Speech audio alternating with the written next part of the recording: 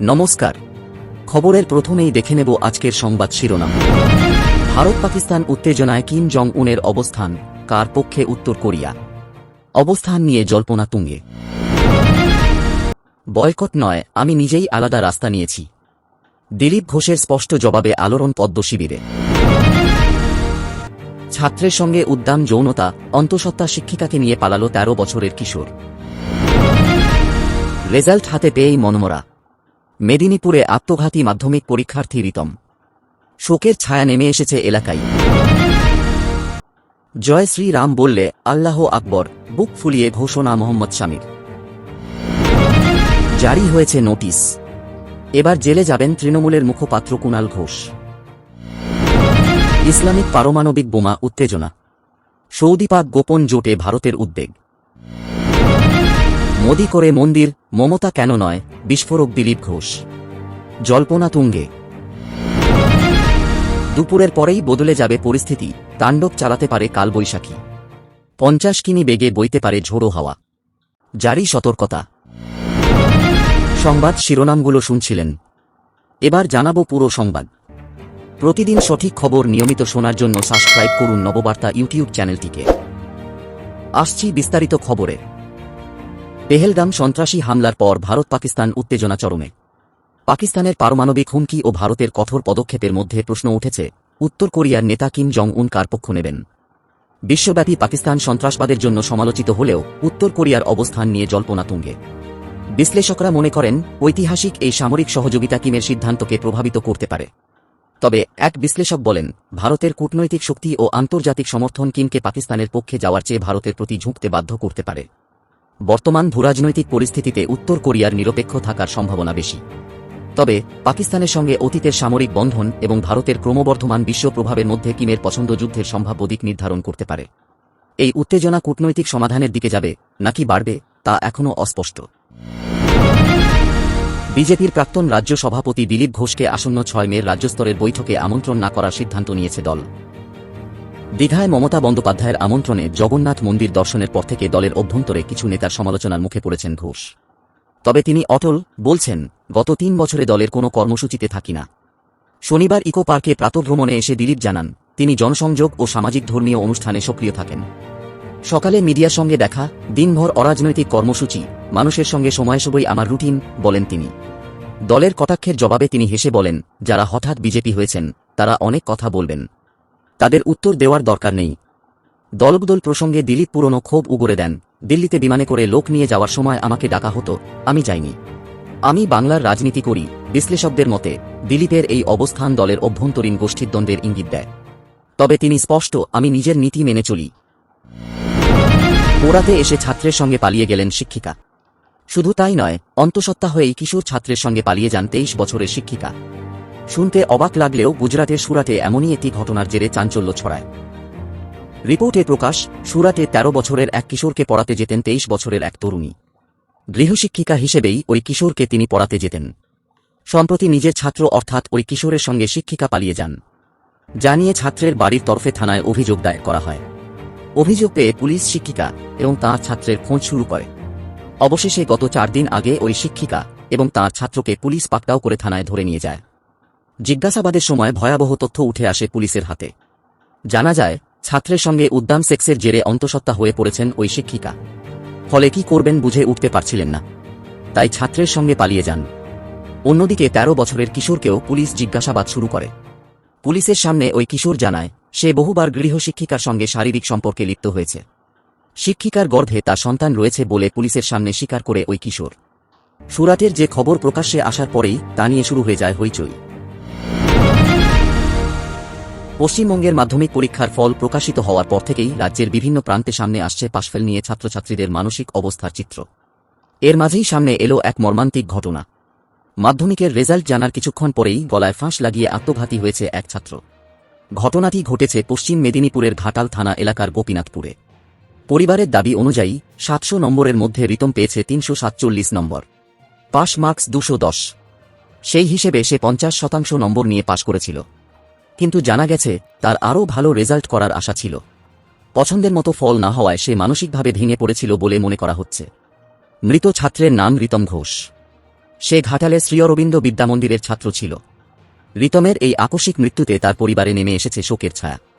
স্তম্ভিত স্কুলের শিক্ষক শিক্ষিকারাও। ভারতীয় ক্রিকেট দলে মোহাম্মদ শামির গুরুত্ব যে কতখানি সেটা আর আলাদা করে বলে দেওয়ার দরকার নেই। 2023 ওয়ানডে বিশ্বকাপে তিনি কার্যত একাই বিপক্ষ ব্যাটারদের শুইয়ে দিয়েছিলেন। চোটের কারণে 2024 টি-20 বিশ্বকাপে খেলতে পারেননি তিনি। তবে ভারতীয় ক্রিকেট দলের হয়ে তিনি যে একাধিক সাফল্য অর্জন করেছেন তা চোখ বন্ধ করে বলা যেতে পারে।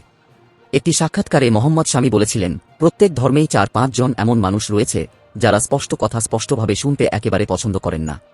যদিও এই ব্যাপারে আমার কোনো আপত্তি নেই। যেমন আমার সাজদা নিয়ে প্রশ্ন তোলা হয়েছিল। যদি আজ আপনার মন্দির গড়ে ওঠে তাহলে জয় শ্রী রাম বলতে অসুবিধা কোথায়? একবার নয়, হাজারবার বলতে পারেন। সঙ্গে তিনি আরও যোগ করেন, ঠিক তেমনি আমি যদি আল্লাহ আকবর বলতে চাই তাহলে সেটাও হাজারবার বলবো। এর মধ্যে কোনো অসুবিধে আছে বলে তো আমি মনে করি না। কিন্তু এটা নিয়েও যদি কেউ ভেদাভেদ করতে চায় তাহলে সেটা তার একান্ত ব্যক্তিগত ব্যাপার। মোহাম্মদ শামির এই মন্তব্যকে সমর্থ করা প্রশংসায় ভরিয়ে দিয়েছিলেন। যেভাবে তিনি বুক ফুলিয়ে এই কথাগুলো বলেছিলেন তা সকলেরই ভালো লেগেছিল। অপরাধমূলক আদালত অবমাননা। হাইকোর্টের বিচারপতি বিশ্বজিৎ বসুকে নিয়ে অবমাননাকর মন্তব্য ও আইনজীবীদের উপর হামলার ঘটনায় তৃণমূলের কুণাল ঘোষকে নোটিশ পাঠানোর নির্দেশ দিয়েছে আদালত।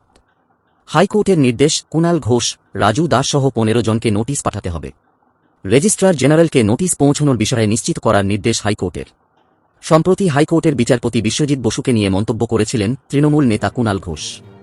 এর জেরে তৃণমূল নেতা কুণাল ঘোষ সহ কয়েকজনের বিরুদ্ধে আদালত অবমাননার মামলা দায়ের হয়েছিল হাইকোর্টে। বুধবার সেই মামলার শুনানিতে কলকাতা পুলিশ কমিশনারকে অনুসন্ধানের নির্দেশ দিয়েছে উচ্চ আদালত। পেহেলগামে সন্ত্রাসী হামলার পর ভারত পাকিস্তান উত্তেজনা চরমে। পাকিস্তানের ইসলামিক পারমাণবিক বোমার হুমকি ও সৌদি আরবের কথিত আর্থিক সমর্থন নিয়ে গুরুতর উদ্বেগ প্রকাশ করেছে ভারত। প্রধানমন্ত্রী নরেন্দ্র মোদী বলেন, হামলাকারীদের ক্ষমা করা হবে না। ভারতীয় সেনাবাহিনী কাশ্মীর থেকে আরব সাগর পর্যন্ত মহড়া জোরদার করেছে যখন পাকিস্তান চীনা SH-15 আর্টিলারির সঙ্গে কৌশলগত পারমাণবিক অস্ত্র মোতায়েন শুরু করেছে। আন্তর্জাতিক প্রতিবেদন অনুসারে 90-এর দশকে সৌদি পাক গোপন চুক্তির মাধ্যমে পাকিস্তানের পারমাণবিক কর্মসূচিতে সৌদি অর্থায়ন শুরু হয়। বিশেষজ্ঞ আমোস ইয়াদলিন বলেন, ইরানের পারমাণবিক উচ্চাকাঙ্ক্ষার জবাবে সৌদি পাকিস্তানে বিনিয়োগ করেছে। সৌদি যুবরাজ মোহাম্মদ বিন সালমানও ইরানের পারমাণবিক অগ্রগতির প্রেক্ষিতে স্পষ্ট হুঁশিয়ারি দিয়েছেন। পাকিস্তানে সৌদির জন্য পৃথক পারমাণবিক অস্ত্র তৈরির অভিযোগ উঠেছে, যা আন্তর্জাতিক চুক্তি লঙ্ঘন ছাড়াই সৌদিকে শক্তিশালী করবে। পাকিস্তানের 170টি পারমাণবিক বোমা ভারতের জন্য ক্রমবর্ধমান হুমকি। এই অস্ত্রগুলি কেবল প্রতিরক্ষার জন্য নয়, রাজনৈতিক চাপ সৃষ্টির হাতিয়ার হয়ে উঠেছে। বিশ্লেষকদের মতে সৌদি পাক জোট ভারতের নিরাপত্তার জন্য নতুন চ্যালেঞ্জ তৈরি করছে। ভারতের কঠোর কূটনৈতিক ও সামরিক প্রতিক্রিয়া এখন অতীব জরুরি। পশ্চিমবঙ্গের রাজনীতির দৃশ্যপটে যখন প্রতিটি মুহূর্তে নতুন বিতর্কের জন্ম হয়, তখন সেই বিতর্কের কেন্দ্রবিন্দুতে চলে আসে রাজ্যের প্রধান রাজনৈতিক দলগুলি ও তাদের নেতারা। সম্প্রতি রাজ্য রাজনীতিতে আলোচিত একটি বিষয় হল বিজেপির নেতা দিলীপ ঘোষের মন্দির দর্শন নিয়ে শুরু হওয়া তুমুল বিতর্ক। সম্প্রতি দিলীপ ঘোষ দীঘার জগন্নাথ মন্দির দর্শন করার পর থেকে এই বিতর্ক আরও গতি পায়। তিনি এক্সক্লুসিভ সাক্ষাৎকারে বলেন, মোদিজি উদ্বোধন করলে মন্দির, মমতা করলে মন্দির নয়, এ বিচার আমার নয়। এ মন্তব্যে রাজনৈতিক মহলে তীব্র প্রতিক্রিয়া সৃষ্টি হয়েছে। দিলীপ ঘোষের মন্তব্য থেকে বোঝা যায় তিনি কেবল ধর্মীয় অনুষ্ঠানে যোগদান করেননি, বরং তিনি আরও একটি জোরালো বার্তা দিয়েছেন যে মন্দিরের উদ্বোধন নিয়ে রাজনৈতিক বিবেচনা থেকে কিছুটা দূরে থাকার চেষ্টা করা উচিত। এবার এক নজরে দেখে নেব আজকের আবহাওয়ার খবর। আগামী 24 ঘণ্টায় ঝড় বৃষ্টির পূর্বাভাস দিল আলিপুর হাওয়া অফিস। গত কয়েকদিন ধরেই লাগাতার ঝড় বৃষ্টির সাক্ষী থাকছে দক্ষিণবঙ্গের একাধিক জেলা। এমনকি কলকাতাতেও আছড়ে পড়েছে কালবৈশাখী। বিশেষ করে দুপুরের পর থেকেই আবহাওয়াতে বড়সড় বদল দেখা যাচ্ছে। কালো করে আসছে আকাশ। তবে শুক্রবার পূর্বাভাস থাকলেও শহর কিংবা শহরতলির কোথাও বৃষ্টি হয়নি। তবে দক্ষিণবঙ্গের একাধিক জেলায় হালকা থেকে মাঝারি বৃষ্টি হয়েছে। এমনকি কোথাও কোথাও বজ্রবিদ্যুৎ সহ ঝড় বৃষ্টি লক্ষ্য করা গিয়েছে। এমন অবস্থায় আজ শনিবার কেমন থাকবে আবহাওয়া, কি বলছে আলিপুর হাওয়া অফিস? এক নজরে উত্তর এবং দক্ষিণবঙ্গের আবহাওয়া কেমন থাকবে জেনে নিন। আলিপুর হাওয়া অফিস জানাচ্ছে, আগামী 24 ঘণ্টায় দক্ষিণবঙ্গের একাধিক জেলায় বৃষ্টি হবে। একই সঙ্গে বইতে পারে ঝোড়ো হাওয়াও। 30 থেকে 50 কিলোমিটার পর্যন্ত হাওয়ার গতিবেগ হতে পারে বলে জানাচ্ছেন আবহাওয়াবিদরা। বিকেলের দিকেই কালবৈশাখীর পরিস্থিতি তৈরি হতে পারে বলেও পূর্বাভাসে জানানো হয়েছে। বিশেষ করে কালবৈশাখীর জোর সম্ভাবনা আছে দক্ষিণ 24 পরগনা, পূর্ব মেদিনীপুর, পশ্চিম মেদিনীপুর, পুরুলিয়া, বাঁকুড়া, ঝাড়গ্রাম এবং পশ্চিম বর্ধমান জেলাতে। ফলে এই সময় সাধারণ মানুষকে সাবধান থাকার বার্তা দেওয়া হয়েছে। অন্যদিকে তাপমাত্রার বিশেষ পার্থক্য হবে না বলেও পূর্বাভাসে জানানো হয়েছে। এমনকি কোনো জেলাতে তাপপ্রবাহের সতর্কতাও নেই। আলিপুর হাওয়া অফিসের পূর্বাভাস অনুযায়ী বিকেলের দিকে কলকাতা এবং আশেপাশের জেলাগুলিতে বৃষ্টি হতে পারে, এমনকি ঝোড়ো হাওয়া বইতে পারে বলেও পূর্বাভাসে জানানো হয়েছে।